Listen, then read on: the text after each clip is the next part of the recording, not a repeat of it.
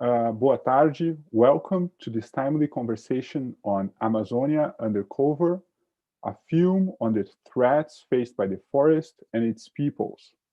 My name is Miqueias Mugi, and I'm a historian and a researcher here at Princeton University. This event is organized by the Brazil Lab at the Princeton Institute for International and Regional Studies, together with the High Metals Environmental Institute and the Igarapé Institute. We are grateful for the support of the Department of Anthropology, the Department of Spanish and Portuguese, the program in Latin American Studies, and the graduate program in Social Anthropology of Brazil's Museu Nacional. They are our partners today. I'm here with my colleague, Ilona Szabó, who is a civic entrepreneur, co-founder and executive director of the Igarapé Institute, a leading think and do tank on security, climate, and development issues in the Global South. Ilona will help moderate the conversation. Ilona, do you have a few words for us? You're muted, Ilona. Oh, now I get it. Thank you so much, Miqueias. It's truly a great pleasure and an honor to be invited by the Brazil Lab to moderate this timely and such an important event. So I'm a great admirer of Estêvão, Beto, and Professor Nixon's work. And I'm just going to say a few words before passing back to Miqueias, just to remind us how important is this joint endeavor of ours that I think it will be so clear also for those that watch the Estêvão film. So Amazonia is the world's largest and most diverse tropical forest and the ancestral home of over 1 million indigenous peoples. The Amazon is currently being threatened by illegal deforestation and fires and is marked by high rates of socioeconomic inequality. So the Amazon basin is approaching a dangerous tipping point. Within a few years, the world's largest tropical forest could experience a dieback that would not just affect South American countries, but would also be a fatal blow to global efforts to reduce carbon emissions. So it is no secret, unfortunately, we know who is to blame, fortunately, but hard. So more than 90% of all the deforestation is illicit, which means that tackling environmental crime is key to progress on climate action. So governments across the region typically blame smallholder farmers involved in subsistence food production for this destruction that we all saw in the film. But the reality is far more complex. Study after study shows that land grabbers, large agribusiness, beef producing and mining companies are also involved with their local suppliers involved in these forest clearances. So ultimately the deforestation and degradation are perpetrated by a variety of actors, both legal and illegal, and connected to domestic and global supply chains. I think Estêvão films, Amazonia Undercover, show us how Brazil's indigenous groups, our regional people, are giving their lives to protect the forest and their traditional way of living and our collective public good. So I think at a time when federal government in Brazil is defunding environmental indigenous protection agencies, it is fundamental that we all do what we can to join up the good fight to protect the forest, its people, our planet, and the future generations. So I think we have a very important group of people here to just walk us through the problem and hopefully also solutions to what we can do together. So back to you, Miqueias. We are delighted to welcome to this online event. As you can all see our faces on our live stream. Estêvão Ciavatta, a Brazilian screenwriter, director, and film producer. Ciavatta has directed dozens of television shows, including the award winners Brasil Legal and Central da Periferia, both for TV Globo. More recently, Estêvão created, directed, and produced the series Pré-Amar and Santos Dumont for HBO. He's a founding partner of Pindorama Films. We also have with us today Beto Veríssimo, a senior researcher at Imazon, a nonprofit based in the Brazilian Amazon that he co-founded in 1990, a Brazil Lab affiliate scholar and co-founder of the Amazon Center for Entrepreneurship. Beto is currently leading the project Amazonia 2030, which explores conservation and economic leapfrogging initiatives for the region. Finally, we have our own Rob Nixon, the Curry C. and Thomas A. Barron Family Professor in the Humanities and the Environment Rob is affiliated with the High Meadows Environmental Institute's initiative in environmental humanities. So let's give our warmest welcome to this outstanding group of engaged public intellectuals. Estêvão, thank you so much for joining us today from Brazil, and thank you for sharing your amazing film with the Princeton community. Our format today is the following. First, we'll watch the trailer of Estêvão's film, Amazonia Undercover. Estêvão will share some words about the film with us. Then Rob, Beto, and Ilona will ask a first set of questions to Estêvão in this order. Our guests will then build on each other's comments and discuss themselves, which a conversation that Ilona will moderate. So please feel free to ask questions on YouTube. The chat is open, and we will collect your comments and questions from there. With no further ado, let me start sharing my screen here so that we can watch the trailer of the film. Here we go.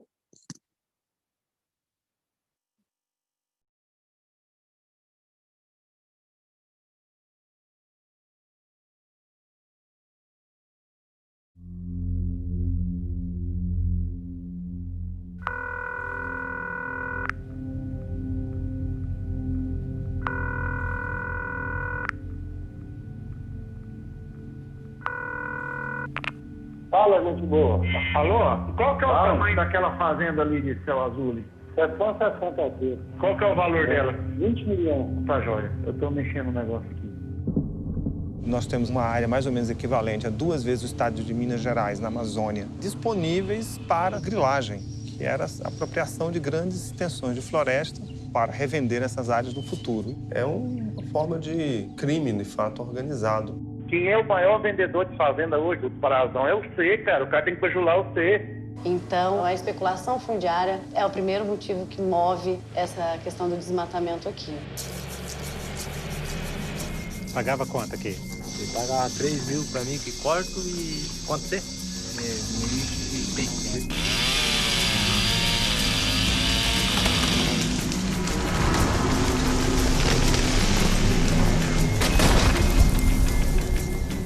Só tem essa ilha aqui, já de floresta. Por trás, os madeireiros já vêm fazendo essa destruição. Difícil combater num ambiente que você não tem um lado legal para você apoiar.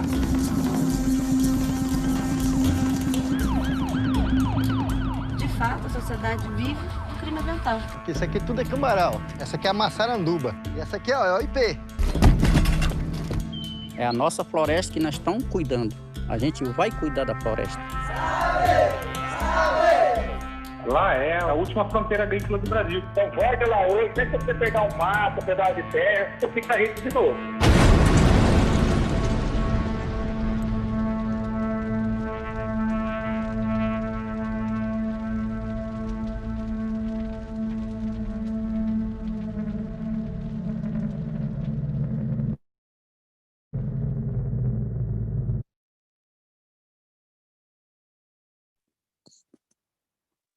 I will stop sharing my screen, so we are back to the live stream.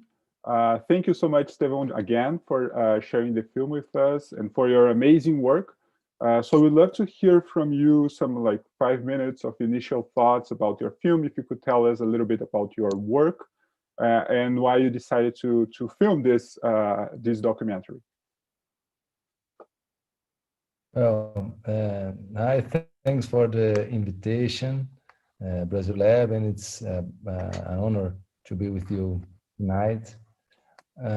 First, I have to thank also Beto, who is co-producer of the film with Imazon, and I have to say that we are together since the early beginning of the filming of concepting and the ideas of how to make this film and which should be the main subject of the film.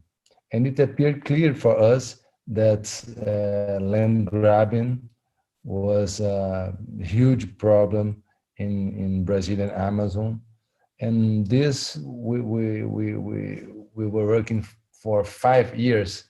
So specifically 4 years ago, this was an issue that was not so much known by Brazilian and by foreigners.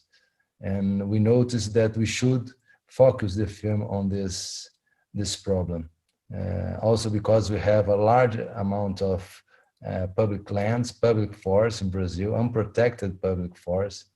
They are the fuel for land grabbers or land grabbing. And one of our goals in this film has been to publicize or to put this issue on stage, because it has been always hidden by the politicians or by the ones who earn from this situation, because as much hidden as possible they can do the land grabbing and then do this criminal things. So for us it was clear that at that time this was a problem that we should put on stage, and that was the initial purpose of this film. And then I got in contact and engaged with the Munduruku fight for the territory and for the Tapajós River, which is the last river on the right side of Amazon, and it's the last tributary river on the right side of Amazon without a dam. So this is something really important for our biodiversity and for the traditional people, and I mean for Brazil and for Amazon. And the Munduruku people are the real guardians of this area and of this river. So I engaged on their fight, and it was clear for me that that was the collision of two visions of world, of how to deal with the forest, how to deal with biodiversity. Because on one side you have the old thoughts on Brazil and on Amazon, that the Amazon is a place underdeveloped, full of richness, and just waiting for someone to make it flourish. And this idea it comes from a long time ago. Even the Americans, you, Michael, shared with me the text about the Lieutenant Murray, and the idea was always that Amazon was a place full of richness, but underdeveloped. And this idea of underdevelopment is something that carries out an idea that the Amazon has to be surpassed, has to be another thing that it has never been. And the Amazon has been on the last 14,000 years a place of integration of humans, animals, vegetables, and it is the produce of this interaction of the humans with the forest. So I think it's time for us to learn and to understand and to listen more to these people and to the forest than to decide which way they should go. And what we see on these land grabbers and on on Bolsonaro's politics for the region is that we should do exactly the opposite. What I mean is that we have to take out the forest, take out these traditional populations, or at least change their way of life. And in my experience in the last 16 years that I go to the Amazon, is something that became clear, is that we have to empower these people and their vision. I love to say a story about the shootings. That is, I was writing on the script, imagine that the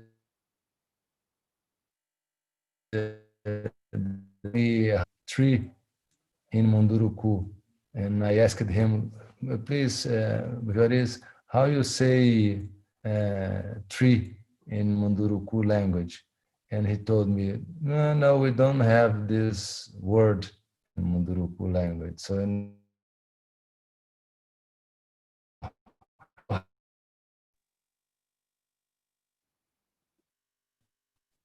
go to that tree, and he told me, oh, in Munduruku, I will go to that Sumauma. Then I say, how you say, I will climb that tree? I say, no, I will climb that genipapo.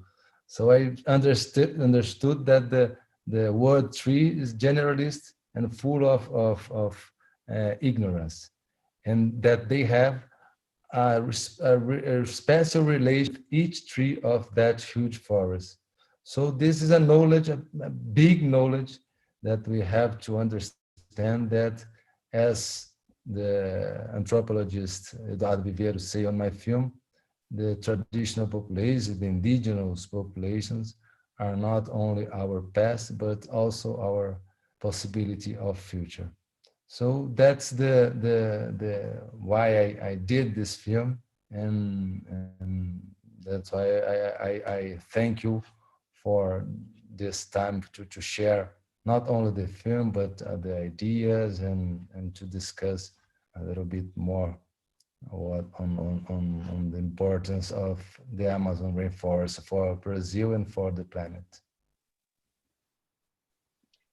Thank you so much, Estêvão. Very inspiring, and thank you for making this cause more visible, because it's so key to call attention that we know we have a very short time to do all we can. So thank you so much. I would like to invite Professor Nixon to just share his thoughts, first reflections on the film. Yeah, thank you so much, Miguel, and everybody. And particularly Estêvão, for this remarkable film, politically remarkable, but also aesthetically very powerful. And I hope we can talk about some of the many issues that come up. So what I thought I'd do is I'd just focus on two questions, the one on poverty and development and the other one on environmental time, both of which you mentioned in your opening comments. And because I'm not a Brazilianist, I was trying to think of it more globally, and some echoes of other forest peoples that I know a little bit about that have are facing some of these similar questions.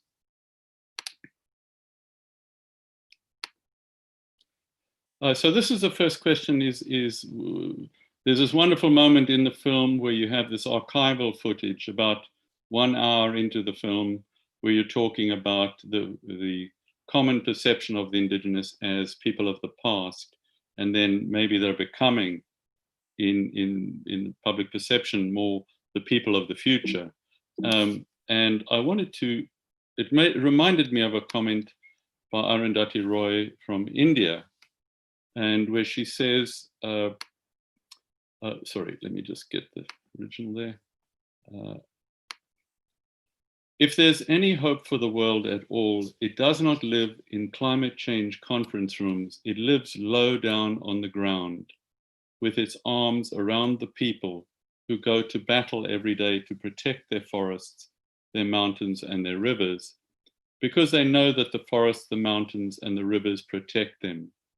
The first step towards reimagining a world gone terribly wrong would be to stop the annihilation of those who have a different imagination, an imagination that has an altogether different understanding of what constitutes happiness and fulfillment. To gain this philosophical space, it is necessary to concede some physical space for the survival of those who may look like the keepers of our past, but who may really be the guides to our future. To do this, we have to ask our rulers, can you leave the water in the rivers, the trees in the forest? Can you leave the bauxite in the mountain? If they say they cannot, then perhaps they should stop preaching morality to the victims of their wars. And so that was a comment that really resonated for me with the film. First of all, there's a moment where one of the Munduruku leaders is talking about how the politicians don't pay attention to climate change because they move from one air-conditioned office to an air-conditioned car to an air-conditioned home. And then there's this question of the temporal imagination of people who have traditionally been seen as relics, or very widely in colonial terms, seen as relics, actually being the potential guides and preserving not just biodiversity and indigenous knowledge, but also a certain form of imagination in relation to where we are in time.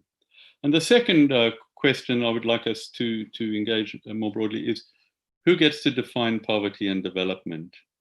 And one element of this, which comes up in the film, is the federal highway that President Gazelle brought in, and the ruinous effects of that, and the idea of roads as an entry point for development as dispossession.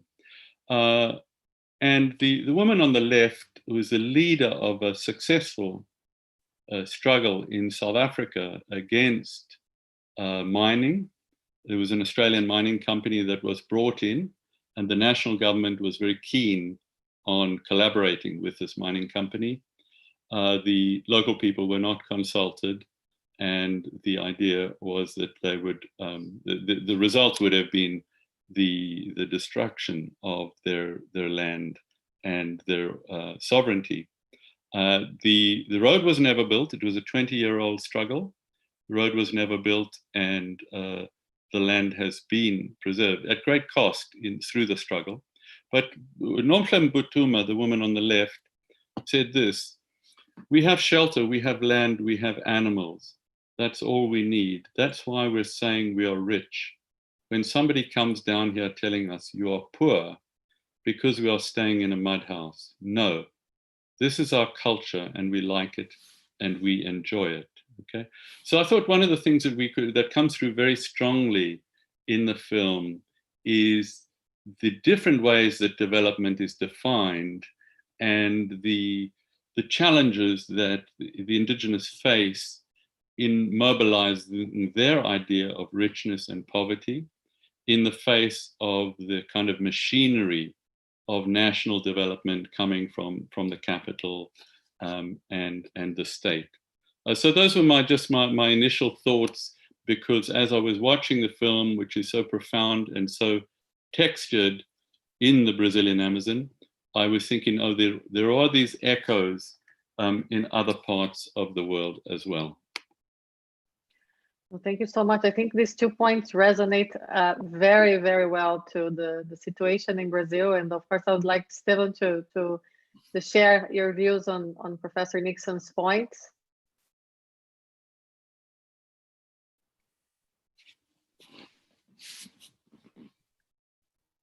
Well, thanks, Professor, for your points. I would like to say that the Mundurucus, they are in a very interesting point of this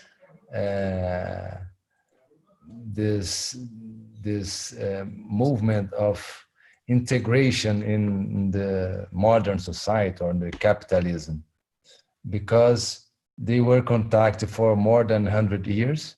They have been catechized. How say catechized, Ilona? Well, good question. I think when you have the religious people trying to, well, in that sense, was changing your mindset. How do you say that, Miqueias? I'm just trying to see the word. Converted or catechized? Converted. Yeah, converted, but it's not necessarily converted, but it's could be converted. Yeah, okay. So they've been converted to Christians for a long time. And now they are reconnecting with their traditions, with their religious, but in a very Brazilian and syncretic way. For instance, I asked to the one of the woman of the Juarez, of Leader Juarez, well, who is Jesus Christ? Because she was praying, they were praying for Jesus. In the beginning of the film, they say they had a father. And I said, but what is Jesus and Caro Sacaiba? How you deal with both? And she just said, no, they are the same. Jesus and Caro Sacaiba are just the same. And I said, okay, yeah, they're just the same. But, you know, it's interesting because this is a reconnection with their ancestor, but also moving forward to a future, uncertain future, but to a future with their own traditional values. And it's also interesting because even the audiovisual, Munduruku Audiovisual Collective, that is co-producer of the film, is also a way of reconnecting with their values, but using modern machines, but also using a new way of politics inside them. They are feminists. That is something new for the indigenous culture, but also makes sense when you think that they are regenerating, nothing more regenerative as the female. So it's really interesting to see this movement. And I was asking the Roseninho, is the other leader who appears in the film. Once I was talking to him, their need for money, what do they want? How is the way of life that they want to have? Because they already needs fuel for their boats. They already need some contact. They are already in a way contacted and part of the society. And he said something really great. He told me, look, the river and the forest guarantee our freedom. This is the base. What we're gonna do about our lives and how it will be, we'll have to figure out, and we can, and we want to make it as good as possible. With internet, much of them already have Facebook, and they loved, because part of the Munduruku lives in a village that is inside a city, the city of Itaituba. So a lot of them, I communicate with them every week. I communicate through WhatsApp. And Alessandra, who is a great leader, feminist leader, who just received the prize of human rights from Robert Kennedy Award. But she is really connected, and they have to be connected because they have to go to Brasilia to fight, and she's studying law in the University of Oeste do Pará. So they are in the middle of everything, but trying to reconnect, or reconnecting with their traditional values. And this is something that moves me a lot to think about. And my next project is to work exactly on this, on a film with them, about the women in the indigenous fights and how they will reconnect with their values using the modernity, but always in mind that the river and the forest is the guarantee of their culture and of their freedom also. Because once they don't have any more water to drink, food to eat, and plants to, like medicines and everything that is part of their culture, they will be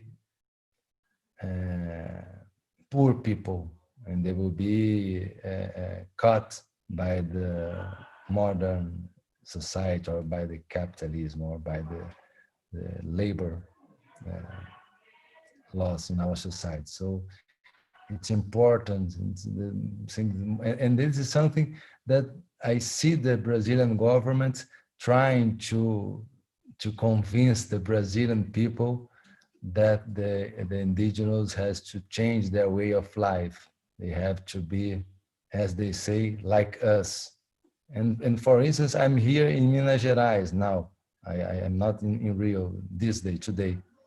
And I was coming to here, and I see a lot of areas that were part of Mata Atlântica. They were huge forests, and they were not any more forests, not any kind of production of food, of anything. And you see the people who lived here went to live in the favelas of Rio and São Paulo. So that's the future that we want for the Amazon and for this traditional people. I don't think that's neither São Paulo, neither Rio are reference for our future. And I know that they are at least great part of the Munduruku are aware of this. Thank you, Estêvão. And I think we should also be aware, because if we don't help them to protect their own rivers and forests, we'll all be poor. So it's not only them, it's going to be all of us. So I think it's, for some of us, it's clear, but I think we still should spread this message further. So Beto, I would like to invite you to share your reflections and or questions to Estêvão, please. I'd like to, if Estêvão, you could comment a little bit about your let's say your conversation and let's say your development methodology with the BritDoc initiative, because the BritDoc has this methodology of filming, documentary, and launch campaigns at the same time. So the film is part of something, the theory of change, of choose a subject like the land grabber, and then we choose the topic. We choose the way that we want to raise the discussions about the subject. The subject, it's kind of cryptid. It's not it was not a problem that people understand or realize, and the size of the problem was not clear for most of people. Most of people that knows the Amazonia and doesn't really know about the subject before the film. So I think if you can comment a little bit, as a filmmaker, what do you learn about this let's say this exchange with BritDoc? And the second is, we got a conversation, I think 1 week ago. They mentioned that it's not common when you design a documentary like this. It takes 2-3 years to complete it. You get involved, and your partner, like myself, my Imazon's partnership. Usually the partnership comes into the end. So you develop the film, and at some point you approach your partner. It can be an angel, can be an activist, can be a scientist. But in this case, we kind of went through the process together, learn from the subject. And I think for them, the BritDoc initiative was something new. And I think it's more like question of lessons learned here on both questions. If you can comment on it, that'll be nice.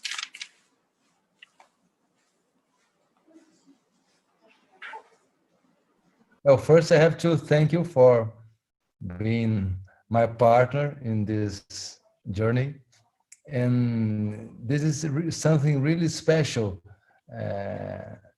and that I didn't realize until our last conversation with the Doc Society team, that a film done since the early beginning from a filmmaker with an NGO is not something very common.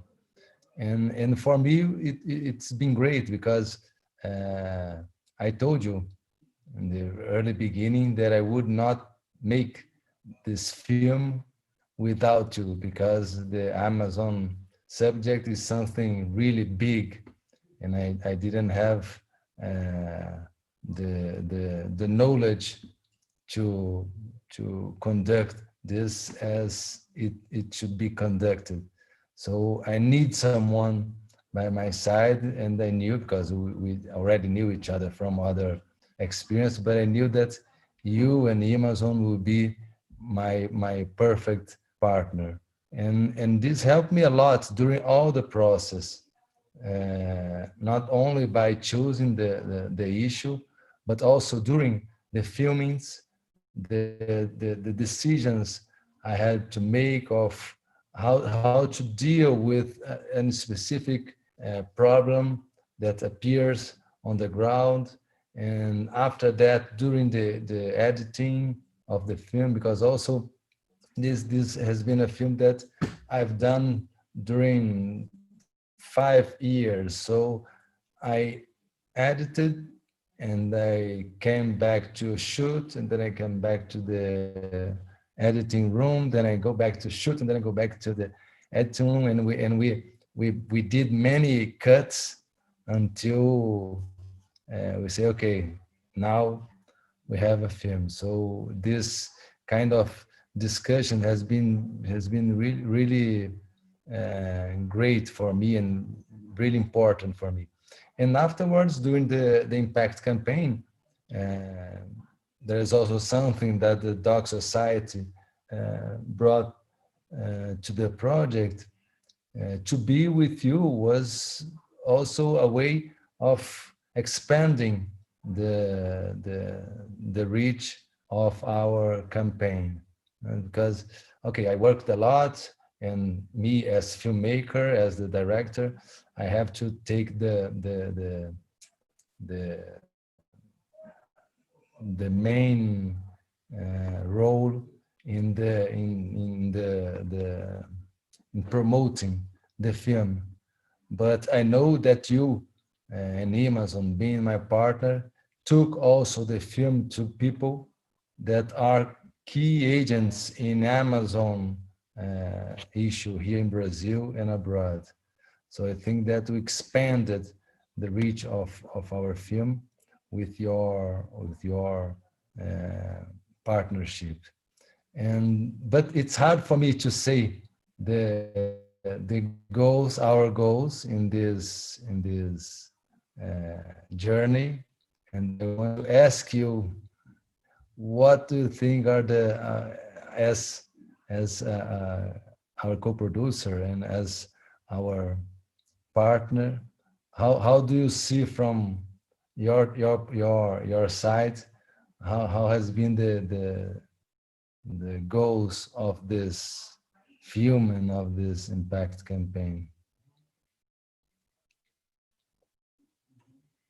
We can't hear you, Beto. No. Yeah, sorry. You hear me now? Hear me now? Okay.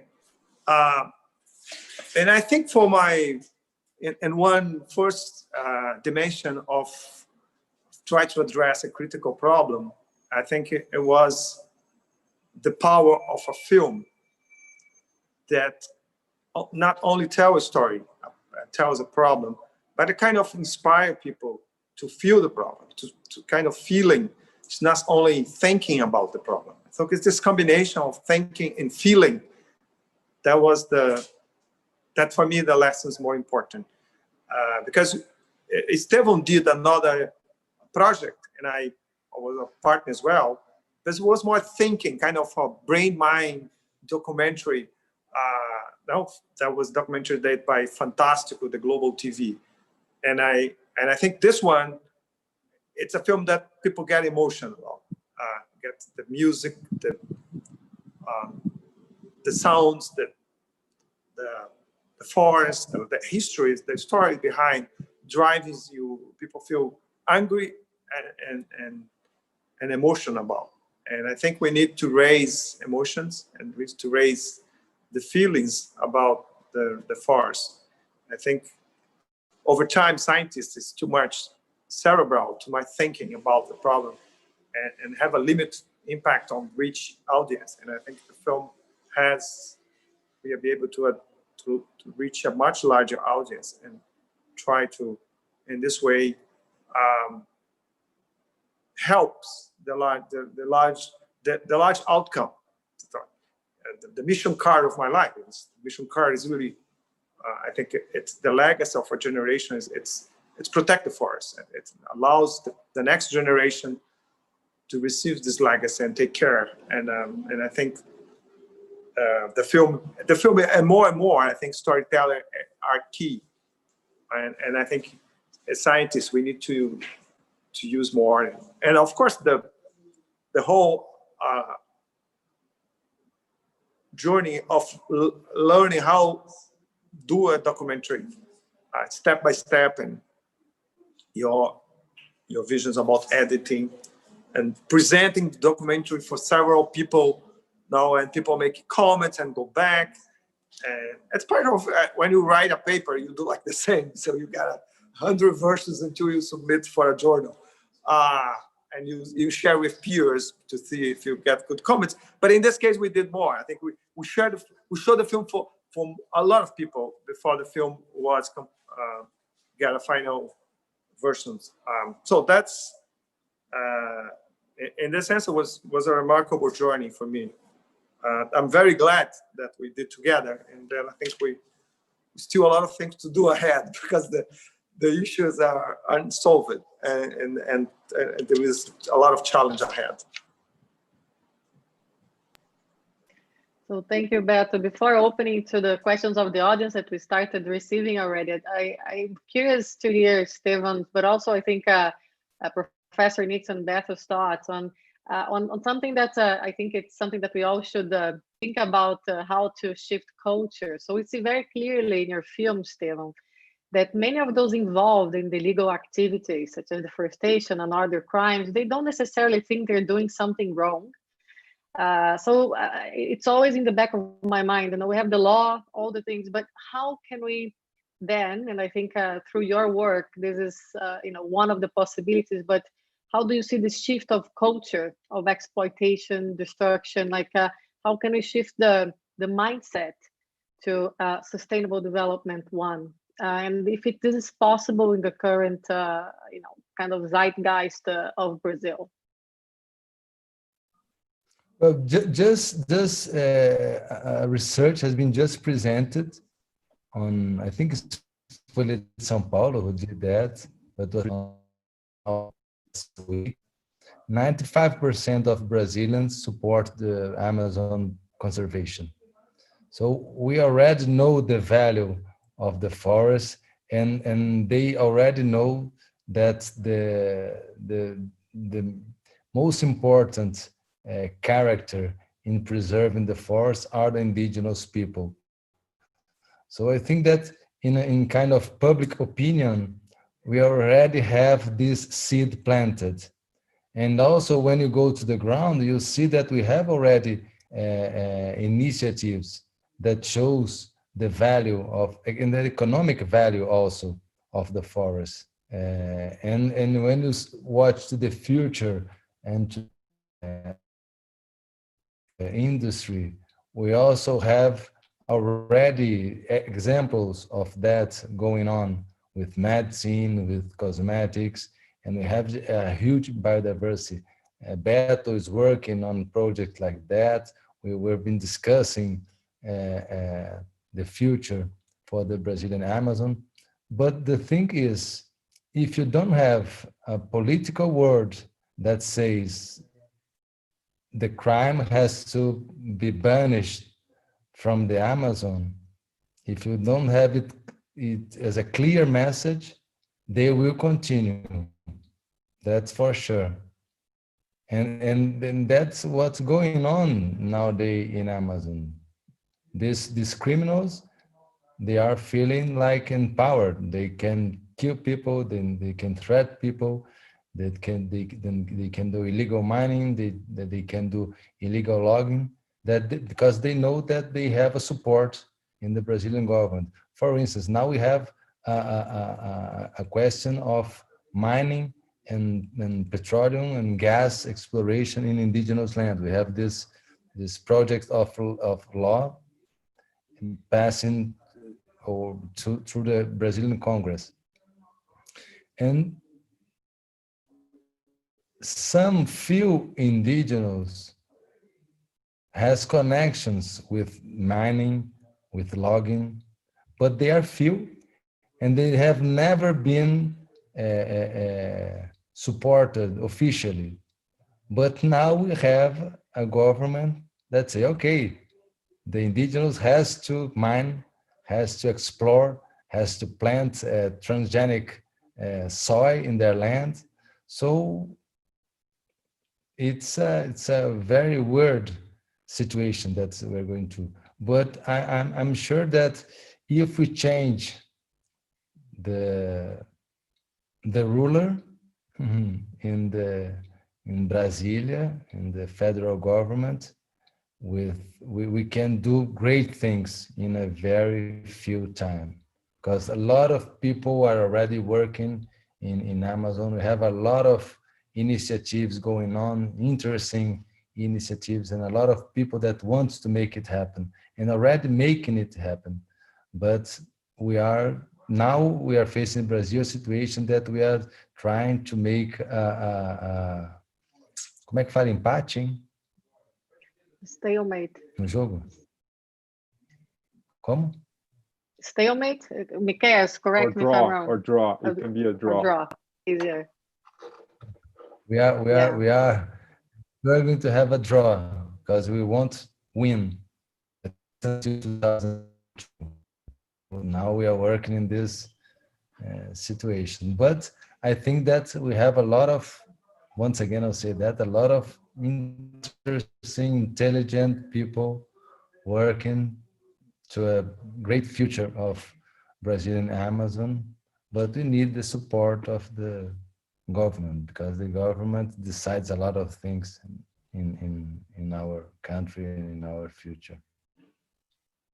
Sure, and we saw this happening, so it's important that the people that are watching us know that Brazil could reduce deforestation and like dramatically in the past. So we know how to do it. It's just a political will we're lacking at the moment. So I don't know if Professor Nixon or Beto would like to comment on this, or if I should just go to other questions. For my side, go to other questions. Yeah. Okay, so we have a question from Jennifer Cabral, and I think we could address this to the three of you, because I think it's a very interesting one. So how to ever reconcile and restitute native peoples such as the Munduruku?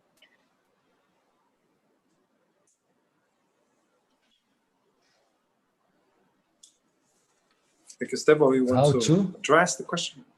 Yeah, how to reconcile and restitute for all that is going on with them. So, as the Munduruku, so many other peoples lost their land, and all that we've been doing with our native populations. So how can we do something that gives a little bit, at least a bit back to them? Wow. I think that we have a lot of ways to do that. You can connect with them, specifically in Munduruku, they have their association, like Pariri, that they have a website, they have a telephone. If you want to help them, if you want to go there, you want to help them, you can help them with money or any kind of other support. Or I think that if you're Brazilian, you should go to the Amazon and stay like a week inside the forest to feel its power. You have to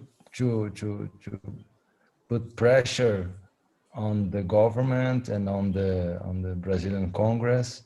You have to express yourself through social media, and you should buy gifts or things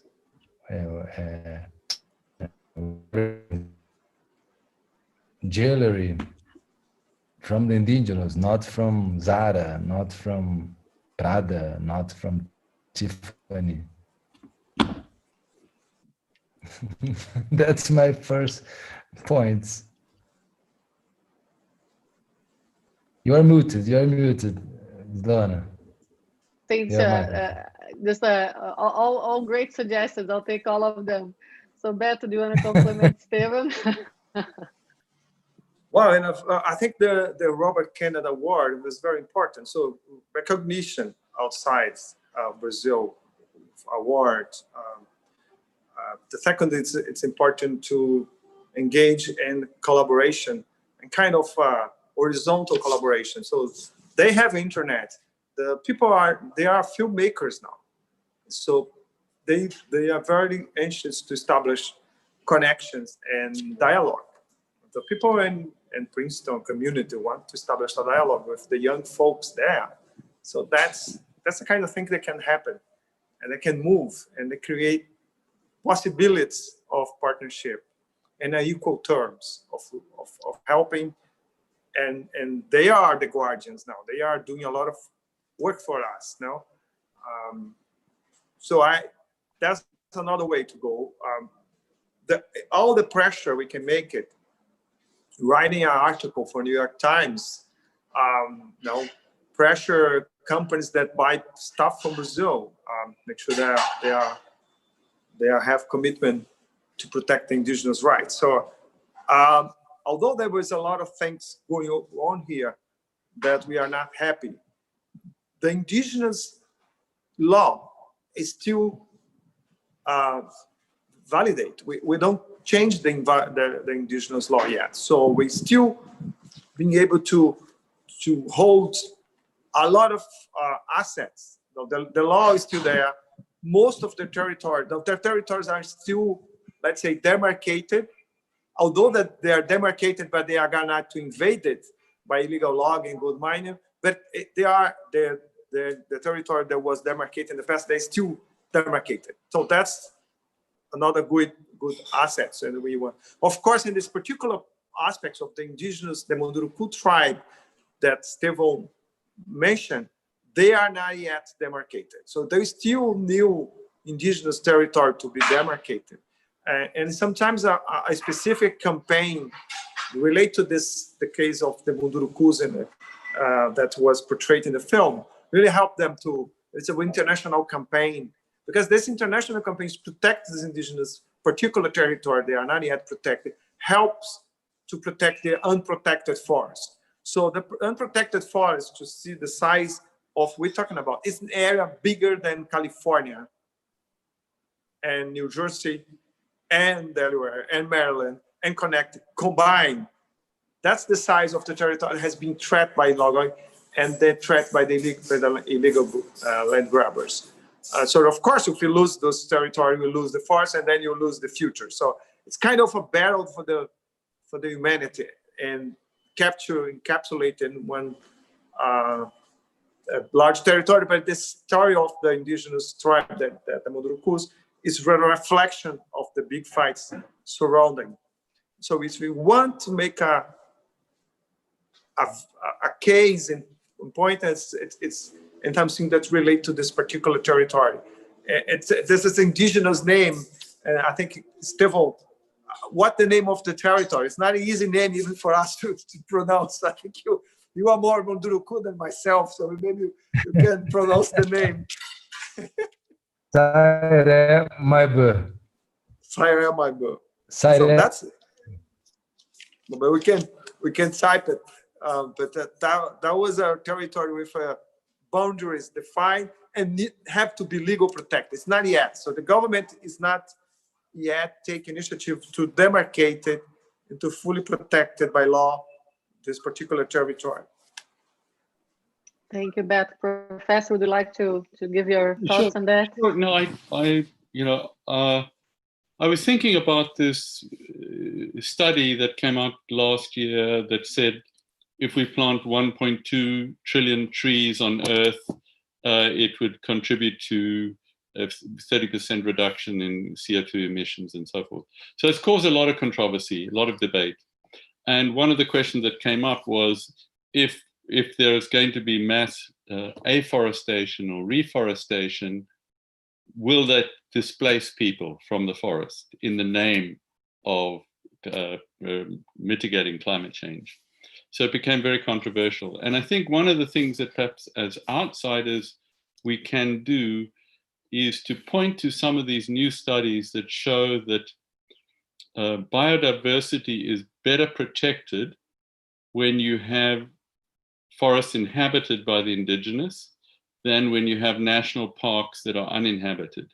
And this has been shown in, obviously in the Amazon, in Congo, in Indonesia, that actually the indigenous presence is an asset for biodiversity as opposed to a compromising of the natural space. And I think those studies are tremendously important as part of the argument for both indigenous rights and biodiversity richness. Yeah. Sure, thank you. We have also a question from Adriana Petrina. So it's to Estêvão, myself, but I think Beto can jump into here. So how to build transparency and accountability in the global supply chains that are responsible for the destruction? And just a follow-up question, what can universities and people do to help stop financing this destruction? So I know Beto has a lot to say. I don't know, Estêvão, if you want to start. No. I prefer you and Beto to. I think there was a lot of initiatives going on. When we did the leapfrogging, Amazonia leapfrogging last year in Princeton, we got conversations about traceability and transparency, both in terms of goods, where the goods come from, if they come from illegal sources like soybean, beef, and timber, minerals, but also now is going to the flow of finance. What's the finances that actually is behind the destruction of pristine forests? Who are the investors? Who are the I think there are more and more. I think the Tracy Initiative now it's an organization that launched not only to follow the goods, but also follow the flow of the money. And I'm quite optimistic that we are going to move up very fast on the both issues for a series of reasons. And so the tracking, the illegal, the gold mining is of course another hot topic for transparency. So transparency is a key element. It's part of technology, part of intelligence behind of data kind of collecting data and pressure investors, buyers, and the market. And I think their pressures are ready. That's why the market has been, say, again and again in the different forums, in the different groups, they are not satisfied with the Brazilian way they deal with the rainforest. So we got a lot of investors saying that they want to freeze investments in Brazil if the Brazil continue to allow the destruction of rainforest. So it's a lot of things going on right now that give us a hope that this methodology of transparency it be a very important for our mission. And just to add 2 cents to Beto's already, I think, full explanation. I think it's important that those that don't know, it's very possible to track most of the things that come from the forest today. So it's a matter, again, of putting pressure on the companies, on those that are lending to the companies, as Beto said, like who is investing and who is, but also for us, like what are we buying? So, where is our money, like small or big amounts invested? So I think by asking those questions, we also find out a lot about what we can do. And so, for example, for gold, as Beto was saying, there's still a long way to go in Brazil. For example, there is no system to control whatsoever. So we still have to develop the right, tracking system. And again, the technology is there. The political will is not. I mean, we could develop. It's not impossible. It's trickier, but it's not impossible. But there is no political buy-in. But what I think to highlight, it's a very special moment to work, I guess, with the financial markets, given the whole ESG revolution, but also to force them to price. For example, we're trying to show that they need to price illegal deforestation in their risk, the same they already price other risks. Otherwise, they're not doing the good job to their own clients in terms of showing where they're investing their money. So I think there's a huge way to do both, to kind of nudge companies to adopt the technologies, also nudge government to move on and improve the systems, but also to kind of get the financial markets much more accountable, because if they're on board with us, we can shift this, I would say, the whole traceability business much faster. And I think that's a big avenue that already started to happen, including in Brazil. Like 3 major banks have a consortium now to help the Amazon. Other institutions are making their pledges. So this is, I guess, honestly, very, very new, but it's positive. But let's make sure it's not greenwashing. So we have to help them to look at the right information as well. So I think we're all on the same page here. I don't know if Estêvão wants to add something to this.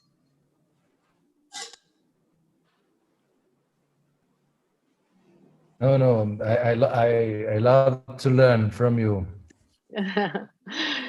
So I'll move on from a question from our dear João Biel to Professor Rob Nixon to elaborate a little bit on his point of aesthetic force of the film.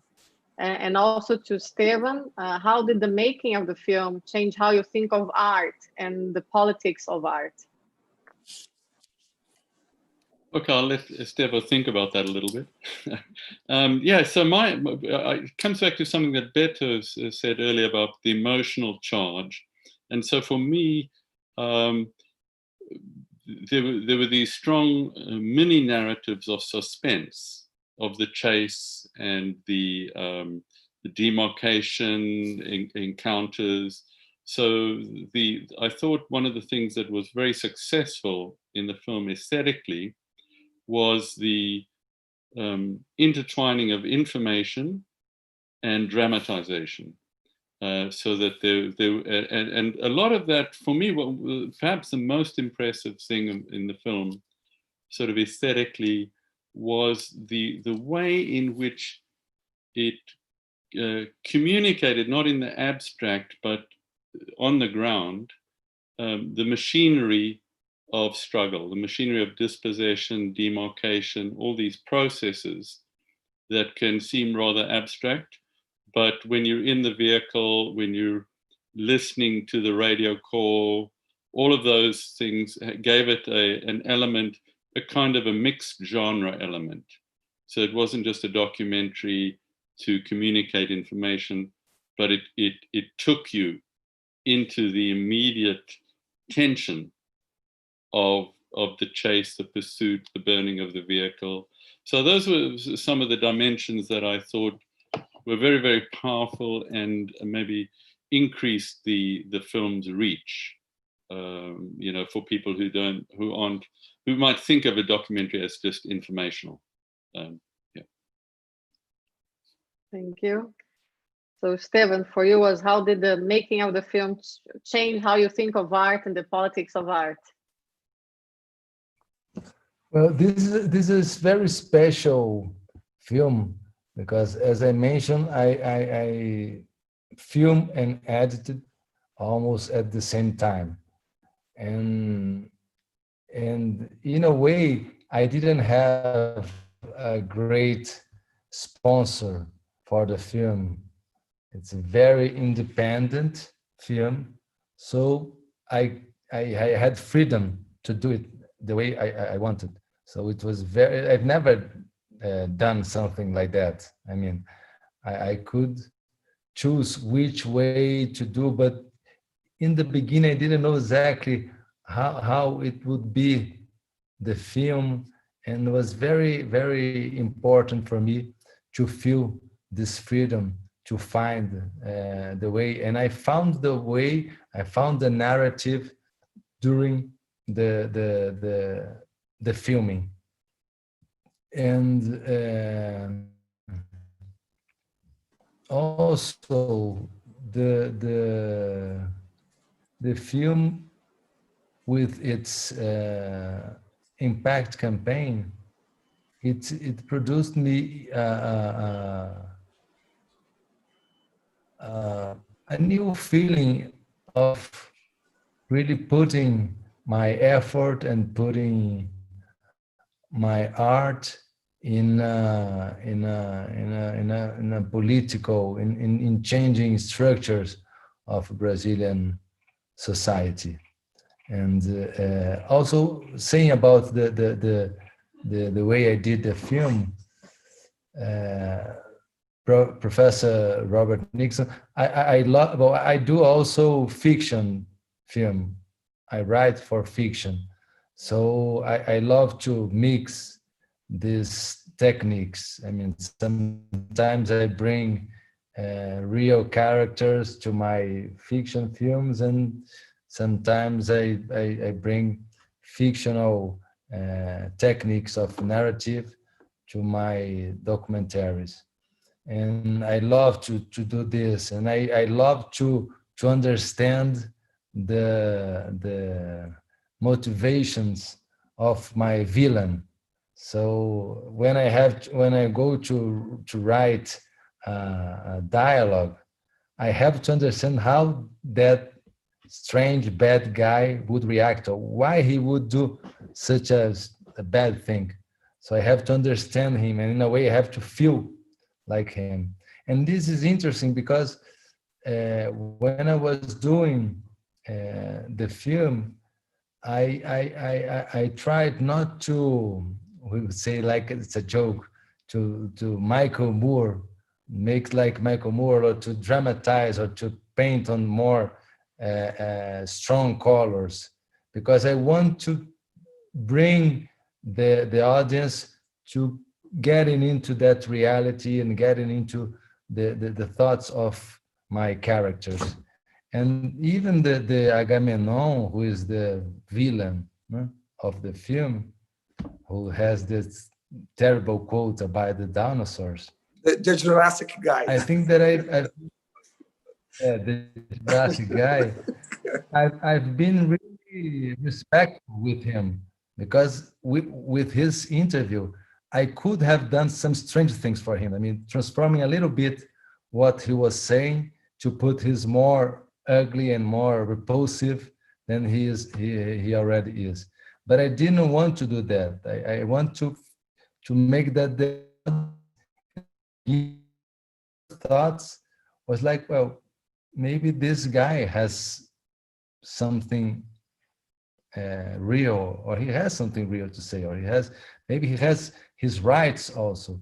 But when you go understanding what are his really intentions, you guys know, look, this is a crazy guy, and this is specifically important because in our time, and now going back to the political state of my art,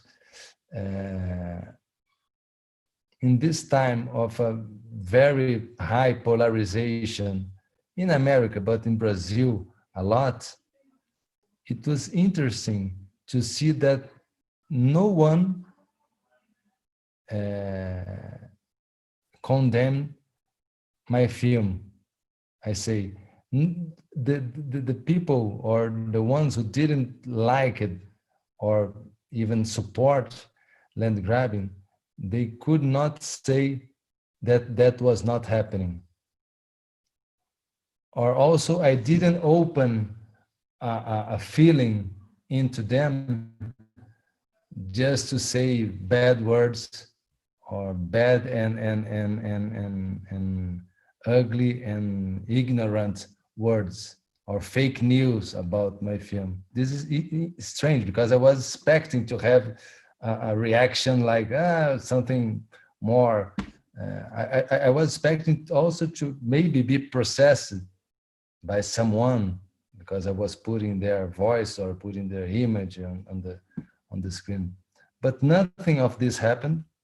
And I credit to my disposition of dialogue, of understanding, of putting this all together, and also to make a film that is, I'm not only saying about the things, but I'm also, I was there, I went there, I saw it, and I'm taking the audience with me inside the forest. So you can't say that that was not happening. That was only words that are saying about people that are in their office analyzing the situation. No, I was there. I went with the Munduruku. I did the demarcation. I went with Ibama to take the illegal loggers. I interviewed the land grabbers. I showed their conversations. So, and this also is a technique that I brought from Sundance Institute and the Doc Society, about when you realize the issue of your film, the subject of your film, you have to put on a diagram that they produce, that you can see which kind of film you should do to reach an impact on the reality. So I all these techniques put all together to make this film. Thank you, Estêvão. I think it's very great to see the human side of all the characters, because we need to understand their motivations. Otherwise, we can't really change everything that is going on. So it's very, very interesting the way you didn't exaggerate certain traits, because in the end of the day, you don't need to. It's so clear, but it's so important that we try to understand. Yeah, so we have two final questions. Unfortunately, we are, like time flies when important issues are being discussed. So I will wrap up two questions and ask for final remarks from Estêvão, Beto, and Professor Robert as well. So from Jimin Kang, a very important question here. So I was pretty struck by that moment in the movie in which Ibama officers encounter the illegal miners who say they had no choice but to do what they do, that they don't know how to read and write. So what other option did they have? This made me wonder if there's a way of framing the protection of the Amazon in a way that is valuable to people like these miners who might not have the same privilege of engaging in dialogues like this, watching these documentaries, reading thinkers like Arundhati Roy. What do you think? I'd love to hear your thoughts. So I think it's a very important question. I think maybe a central one. And the final question also from Carlos Fausto. I would like to know more about the Munduruku reactions to the film. How did they receive it? And what kind of retranslation have they made out of it? So we have 3 to 5 minutes only, Estêvão. I'm sorry. Two big questions. The last word, retranslation. Yeah, I think maybe how did they interpret the film themselves? How they. Okay, so I will begin with this, then I pass the words to Beto and Professor Robert. I will begin with the last one. Well, before launching the film, I went to the Munduruku village and made an exhibition. I went there with Beto, and we made an exhibition to know what they think about the film, and also if they allowed us to show the film, because I could not be talking about them without their permission. Not that they request that from me, but was like my ethical values. So I went there, I showed them the film, and it was interesting because for the elders, they saw you are showing our struggle, and it's a really important film. They love the film.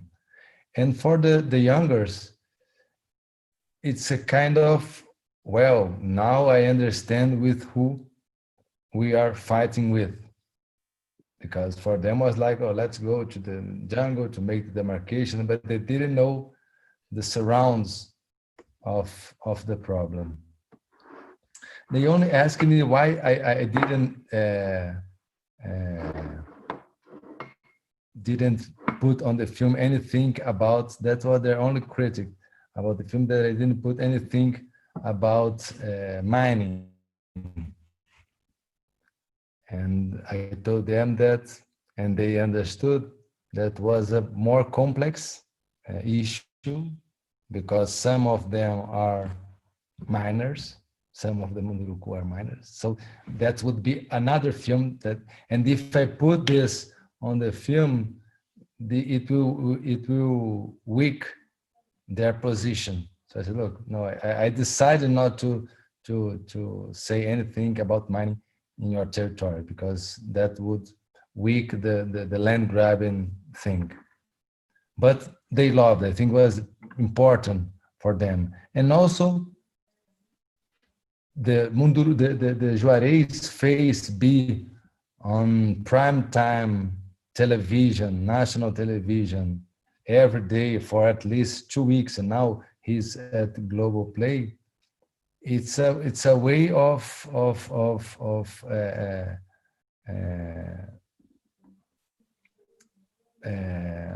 protecting him, because people will not do anything, because they know that if they do anything with him, now he's a very well-known person. So this also is something important to say.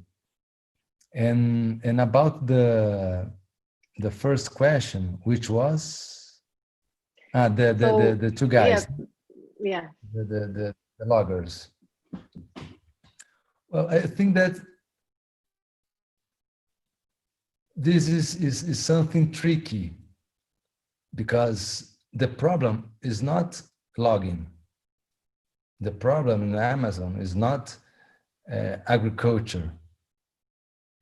The problem is the way it is being done. I love to say the example of Paragominas, who Beto also worked with, the mayor Adnan Demaki, that they stopped deforestation, they stopped the and they transformed their economy to a more agricultural economy, putting it together with the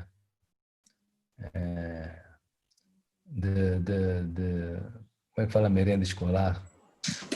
Yeah.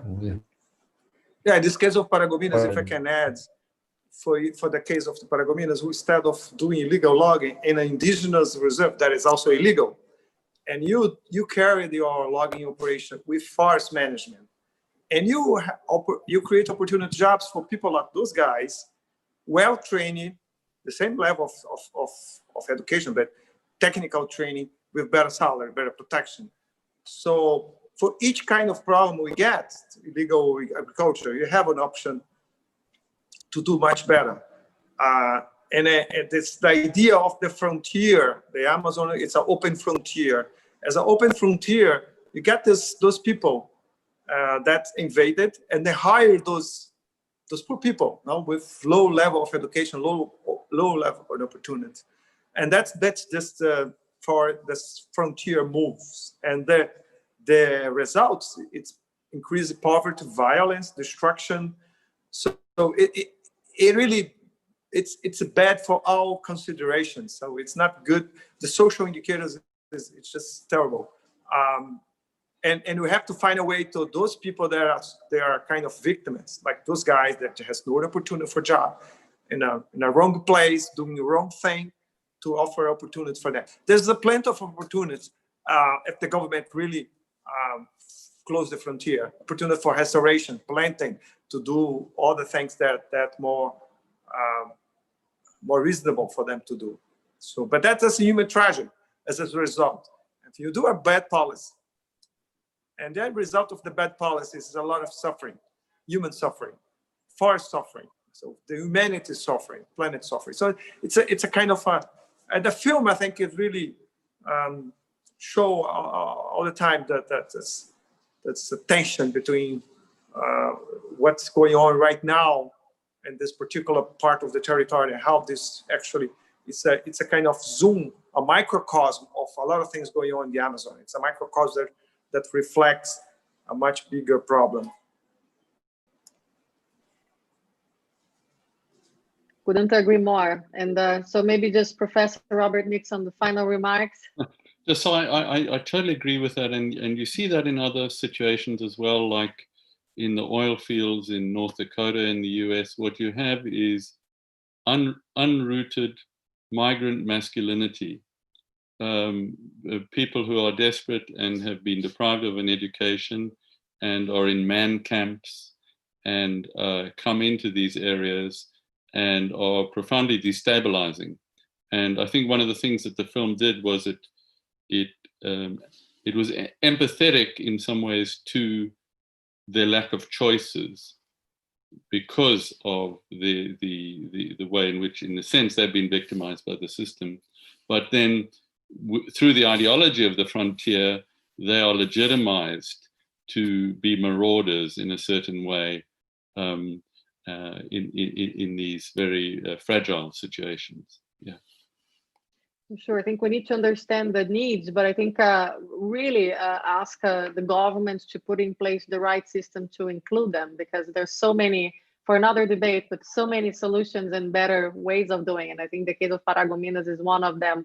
And Estêvão, I'm passing to Miquel here, but I hope you do another film on the mining situation, because I think that's incredibly complex and interesting, and we have to talk about it as well. So to be continued. So back to you, Miquel. It was a great pleasure to be with all of you. Thank you all. Definitely to be continued.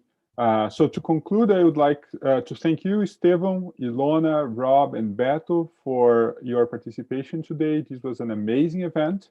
I would like to thank the viewers from home.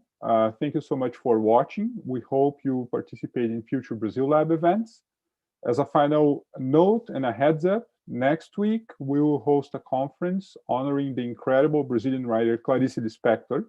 Our lineup includes Pulitzer Prize winner Jhumpa Lahiri, Clarice's translators, and her son and literary executor Paulo Gurgel Valente.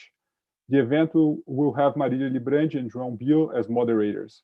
See you all soon, and thank you so much for joining us today.